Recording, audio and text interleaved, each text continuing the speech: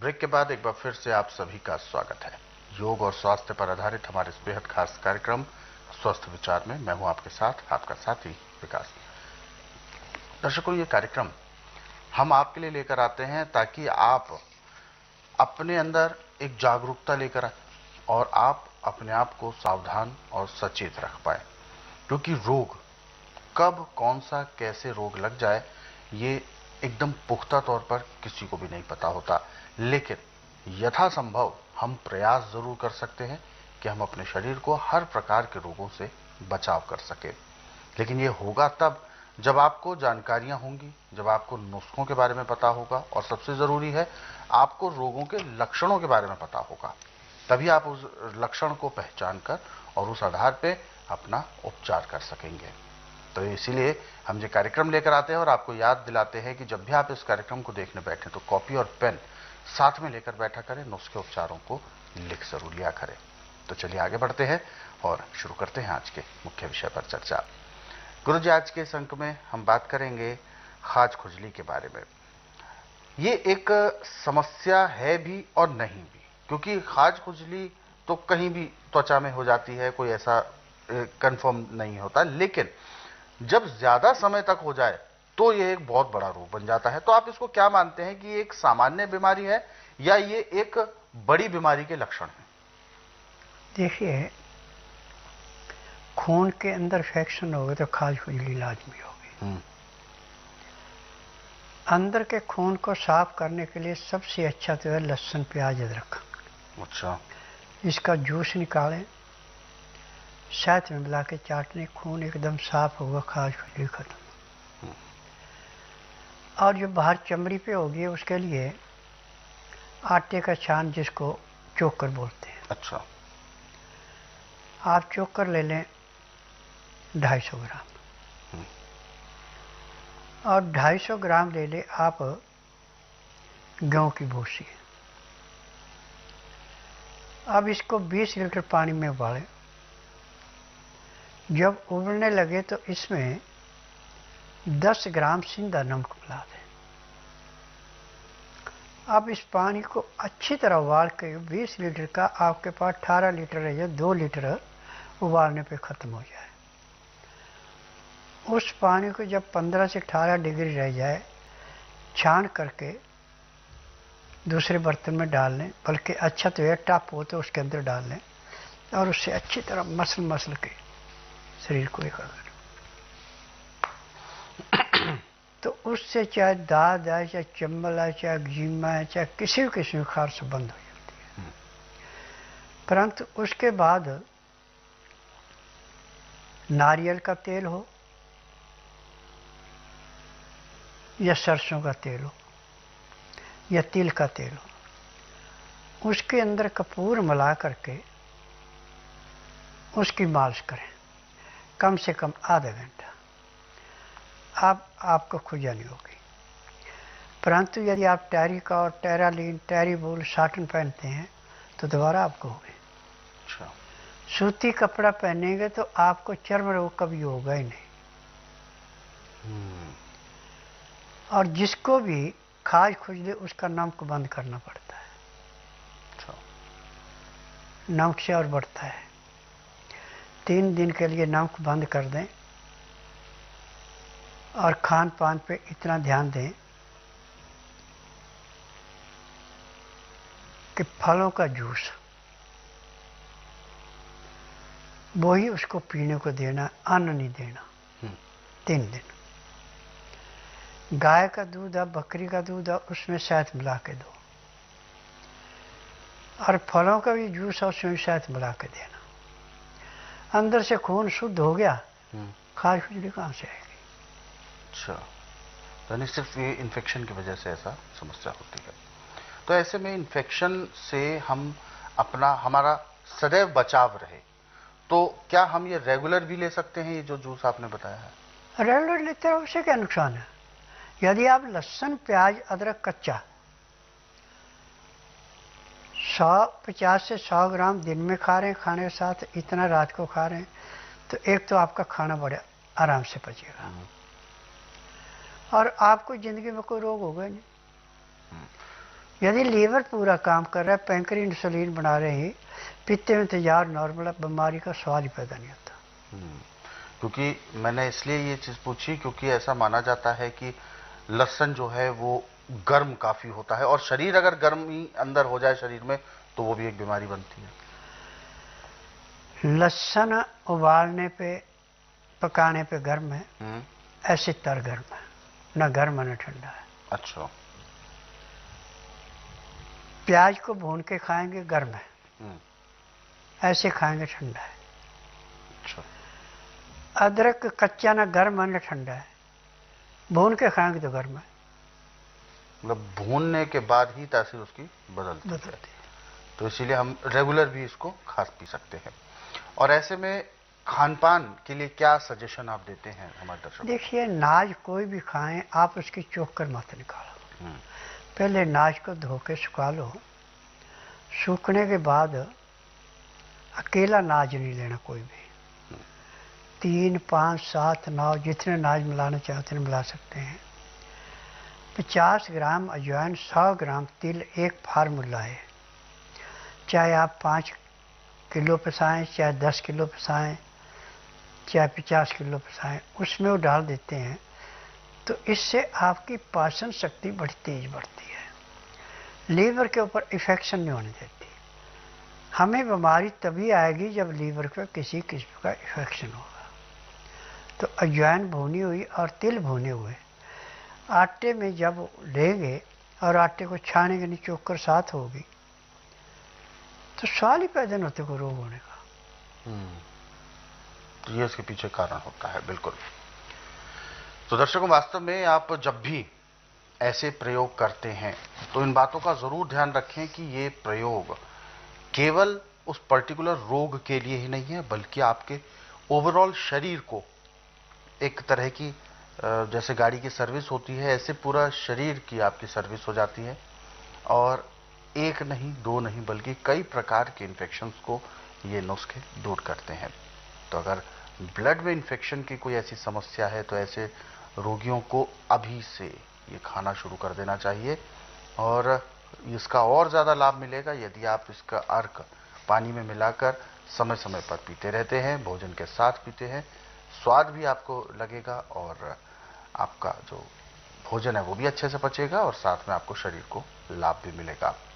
इस तरीके के और भी बहुत सारे नुस्खे हैं और इस कार्यक्रम में वो समय समय पर आपको बताए भी जाते हैं। यदि आप ऐसे नुस्खों को पढ़ना चाहते हैं या अन्य प्रकार के रोगों के बारे में जानना चाहते हैं, उनके लक्षणों को समझना चाहते हैं, तो स्वस्थ विचार पुस्तकें आप पढ़ सकते हैं। इन पुस्तकों को गुरुजी ने अपने कई वर्षों के अध्ययन और अनुभव के बाद तैयार किया है। तो ये पुस्तकें आप अपने पास मंगवाना चाहते हैं तो आप इसके लिए कहीं भी आप जाने की आवश्यकता नहीं है, केवल एक कॉल करना है संस्थान के नंबरों पर। जो नंबर आपकी टीवी स्क्रीन पर है, इन्हीं नंबर्स पर आपको कॉल करना है दिन के समय में, और ये पुस्तकें कोरियर या डाक के माध्यम से आपके घर तक पहुंचाई जाएगी। सुबह 10 बजे से शाम 5 बजे के बीच में कॉल करने का समय है। और दर्शकों, यदि आप भी इस कार्यक्रम से जुड़ना चाहते हैं, किसी भी तरह का कोई सवाल आपके जहन में है आपके शारीरिक कष्टों को लेकर, तो आप हमें कॉल करें या व्हाट्सएप के जरिए मैसेज भेज सकते हैं। व्हाट्सएप मैसेज में आपको लिखना है अपना नाम, उम्र, आयु, यानी कहां से बात कर रहे हैं वो स्थान, और पूरा सवाल। तो चलिए आगे बढ़ते हैं, और जो दर्शकों ने हमें व्हाट्सएप मैसेजेस भेजे हैं हम उनको भी इस कार्यक्रम में जरूर शामिल करेंगे। और पहला व्हाट्सएप मैसेज हम यहां पर ले रहे हैं। ये मैसेज हमें आया है, दीपक जी हैं, गुजरात से बात कर रहे हैं, और इनका सवाल है, कहते हैं गुरुजी नमस्कार, और इनकी समस्या है, ये कभी भी ऐसा कुछ खा लेते हैं जैसे कि चावल ये खा लेते हैं या दही खा लेते हैं, तो इन्हें बहुत दिक्कत होने लगती है, यानी उससे एलर्जी है इनको, चावल और दही से। तो इस एलर्जी को कैसे दूर करें? देखिए, मैं नाड़ी वैद्य हूं ना, तो मैं आपसे पूछूंगा बीमारी क्या है, ना आपसे टेस्ट रिपोर्ट मांगूंगा। आप बुधवार छोड़कर गुरुवार से लेकर मंगलवार के बीच में मेरे आश्रम में आइए। जिस दिन आना उस दिन रात्रि 10 बजे तक खा पी के दातन कूड़ा करके बड़ी इलायची मुंह में रख के चूसते रहें। सुबह जब तक मैं नाड़ी परीक्षण करूं तब तक एक बूंद भी पानी नहीं पीना। ना कुछ खाना। 9 से 10 के अंदर अपना नामकरण कराना। 10 से 12 मैं नाड़ी परीक्षण करूँगा। नाड़ी परीक्षण में पैर के तलुए से सिर के बाल तक की MRI, CT scan, x-ray, ultrasound, ECG, sonography सब कुछ 5 सेकंड में हो जाएगा। फिर उसके बाद दवाइयाँ खाने की हैं, दवाइयाँ पीने की हैं, मालिश करने के तेल हैं, आँख में, नाक में, कान में डालने की दवाइयाँ, दांत मंजन है। जब इस दवाई को आप नियम से लेंगे, परहेज करेंगे, तो जिस दिन आएंगे उस दिन तो आपको 20% आराम मिलेगा। 15 दिन में आपको 50 से 60% आराम मिलेगा। 1 महीने में रोग समाप्त होगा, दवाइयाँ बंद हो जाएंगी। मेरी दवाइयाँ जड़ी बूटियों से बनती है। मुझे 10,000 जड़ी बूटियों की पहचान है जिनसे दवाइयाँ बनाता हूँ। मेरी अपनी फार्मेसी दवाइयाँ बनाने की दवाइयाँ रजिस्टर्ड है, पेटेंट है, इनका साइड इफेक्ट कोई नहीं है। दवाई केवल उसी रोगी को दी जाती है जिसका नाड़ी परीक्षण होता है। बिना नाड़ी परीक्षण में किसी को दवाई नहीं देता। तो बिल्कुल आपकी जो समस्या है वो बिल्कुल ठीक होगी आपकी समस्या, लेकिन इसके लिए आपको स्वस्थ विचार आश्रम आने की सलाह दी है। बाकी आप कोई भी अधिक जानकारी लेना चाहते हैं तो हेल्पलाइन नंबर्स पर आप अवश्य कॉल कर सकते हैं। नंबर आपकी टीवी स्क्रीन पर है। आगे बढ़ते हैं और जो दर्शक हमारे साथ जुड़े हुए हैं लाइन पर, उनको शामिल करते हैं कार्यक्रम में। हेलो। हेलो जी नमस्कार। नमस्कार। नमस्कार जी क्या शुभ नाम है आपका? जी मेरा आदित्य चौहान। आदित्य जी, गुरुजी आपको सुन रहे हैं, सीधे बताएं क्या समस्या है, गुरुजी से बात करें। जी जी गुरुजी नमस्कार। नमस्कार बेटा। जी हमारा ये बीपी बढ़ता है और पल्स बढ़ जाती है शाम के टाइम। पूरे दिन नहीं बढ़ता है, बस रात के टाइम बढ़ता है। देखिए बेटा, मैं नाड़ी वैद्य हूँ, ना तो आप मुंह से बोलें मुझे तकलीफ है, ना कोई टेस्ट रिपोर्ट लाएंगे। यदि आप बुधवार छोड़कर गुरुवार से लेकर मंगलवार के बीच में मेरे पास आते हैं, जिस दिन आना उस दिन रात्रि 10 बजे तक खा पी के दातन कूड़ा करके बड़ी इलायची मुंह में रख के चूसते रहना। जब तक मैं नाड़ी परीक्षण नहीं करूँ तब तक एक बूंद भी पानी नहीं पीना, ना कुछ खाना। 9 से 10 के अंदर अपना नामकरण कराना। 10 से 12 में नाड़ी परीक्षण करूँगा। नाड़ी परीक्षण में पैर के तलुए से सिर के बाल तक की MRI, CT scan, x-ray, ultrasound, ECG, sonography सब कुछ 5 सेकंड में हो जाएगा। फिर उसके बाद दवाइयाँ खाने की हैं, दवाइयाँ पीने की हैं, मालिश करने के तेल हैं, आँख में, नाक में, कान में डालने की दवाइयाँ, दांत मंजन है। यदि दवाई आप नियम से लेते हैं, परहेज करते हैं, जिस दिन आप आएंगे उस दिन आपको 20% आराम तो परमानेंट मिल जाएगा। 15 दिन की दवाई से आपको 50 से 60% आराम मिलेगा। 1 महीने में रोग समाप्त होगा, दवाइयाँ बंद हो जाएंगी। मेरे आश्रम की दवाई सारी उम्र नहीं खानी पड़ती, केवल उतने दिन खानी जितने दिन रोग समाप्त हो गया, दवाइयाँ बंद होगी। तो आपकी जो समस्या आपने बताई है ये बिल्कुल ठीक हो सकती है, लेकिन इसके लिए आपको एक बार नाड़ी परीक्षण कराने के लिए जरूर आना होगा। जैसा कि गुरुजी ने कहा कि बीपी की जो समस्या है और जो पल्स बढ़ जाती है आपकी, इसके पीछे कई कारण हो सकते हैं। जैसे कि एलोपैथ का कोई गलत रिएक्शन भी इस बात का जिम्मेदार हो सकता है, या किसी तरीके का आपका कोई ऐसा गलत खान पान है जो कि आपको ऐसी तकलीफ दे रहा है, और ऐसी कौन सी चीज़ है जो आपको सुटेबल नहीं है, जो आपको बहुत अच्छे से बिल्कुल लग नहीं रही है। तो ये सारी चीज़ें तभी पता चलेंगी जब नब्ज चेक की जाएगी। तो इसीलिए नब्ज चेक कराने के लिए आपको आना होगा। आने से पहले इस बात का ज़रूर ध्यान दें कि जिस दिन भी आपको आना है उस दिन बुधवार नहीं होना चाहिए। गुरुवार से लेकर मंगलवार के बीच में आप आ सकते हैं, और सुबह आपको आना है। सुबह 9 बजे आप पहुंचेंगे। सुबह 10 बजे से 12 बजे के बीच में 2 घंटे के लिए ही गुरुजी बैठते हैं। नाड़ी परीक्षण किया जाता है जितने भी मरीज होते हैं सभी का। और लेकिन शर्त यह होती है कि आप 12 घंटे खाली पेट रहकर आएंगे तो ही नाड़ी परीक्षण किया जाएगा, अन्यथा नाड़ी परीक्षण नहीं होगा। महिलाओं के लिए भी ये सारे जो नियम है मान्य है, लेकिन एक अतिरिक्त और नियम है, सूट सलवार में आएंगे या किसी खुले परिधान में आएंगे या बहुत ज्यादा टाइट कपड़ों में भी नाड़ी परीक्षण नहीं होगा। केवल सूट सलवार में आएंगे तो ही नाड़ी परीक्षण किया जाएगा। बाकी आप अधिक जानकारी लेना चाहते हैं तो हेल्पलाइन नंबर्स पर अवश्य कॉल करें। नंबर आपकी टीवी स्क्रीन पर है। और दर्शकों, यदि आप भी इस कार्यक्रम से जुड़ना चाहते हैं, कोई भी ऐसा सवाल जो आपके जहन में है आपके शारीरिक कष्टों को लेकर, तो हमें कॉल करें या व्हाट्सएप के जरिए मैसेज भेज सकते हैं। तो चलिए आगे बढ़ते हैं अगले व्हाट्सएप मैसेज की ओर। ये मैसेज हमें आया है नंद किशोर जी का, और ये दिल्ली से ही बात कर रहे हैं। इन्होंने अपना सवाल पूछा अपने बच्चे के लिए। टाइफाइड की समस्या है गुरुजी, और हर कुछ दिन बाद टाइफाइड को ठीक कराते हैं, यानी हॉस्पिटल जाना पड़ता है, लेकिन थोड़े दिन बाद फिर से हो जाता है। ब्लड की प्रॉब्लम है लेकिन निकल कर कुछ नहीं आता है। ये जानना चाहते हैं कि प्रॉब्लम किस चीज़ में है। देखिए, पूरे संसार के अंदर मेडिकल में किसी रोग को परमानेंट ठीक करने को दवाई नहीं है, बिजनेस है। हम इसमें डॉक्टरों को दोष नहीं दे सकते, दोष है उन फार्मेसियों का जो दवाइयाँ बनाती हैं। आयुर्वेद, यूनानी, होम्योपैथी, नेचर, इसमें भी वही है कि फैक्ट्री में जब दवाई पूरी नहीं बनी, इलाज कहाँ से होना।